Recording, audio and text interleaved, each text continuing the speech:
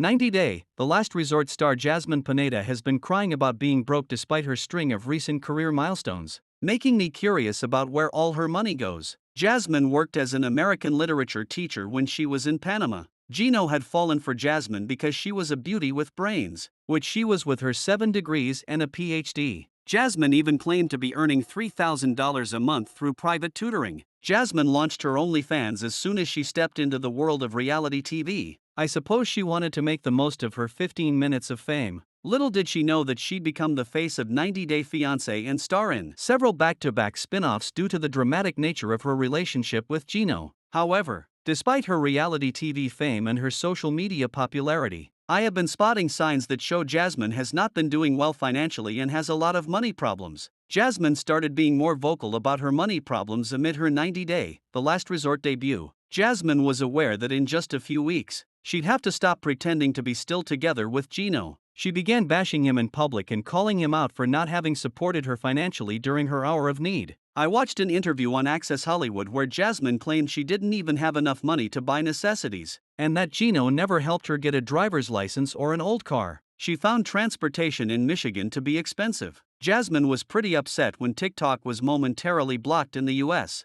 Jasmine called the app her livelihood in an emotional update, making me wonder how bad Jasmine's money problems were. Jasmine was living frugally, and her having a thrifty lifestyle was something I'd never imagined. To me, Jasmine was still the woman who wore $3,000 hair extensions and spent $10,000 on getting bum implants. However, in 2025, Jasmine shops at the dollar store and isn't able to afford a visit to a nail salon, so she has to buy press-on nails and cheap cosmetic items. Jasmine's expenses seem to have skyrocketed ever since she got pregnant. While I'm not aware of what her boyfriend does for a living, now that Jasmine has moved to Florida with him, he didn't seem to be as well off as Gino, who openly admitted to having investments worth $650,000 or more. Gino didn't need to worry about not having a job, and Jasmine had once called Gino a self-made millionaire and admitted she was proud of her man. I haven't seen Jasmine saying something like that about Matt yet on her social media. Moreover, having a baby in the US is expensive. With Jasmine inching closer to her due date, the bills will start to roll in and pile up.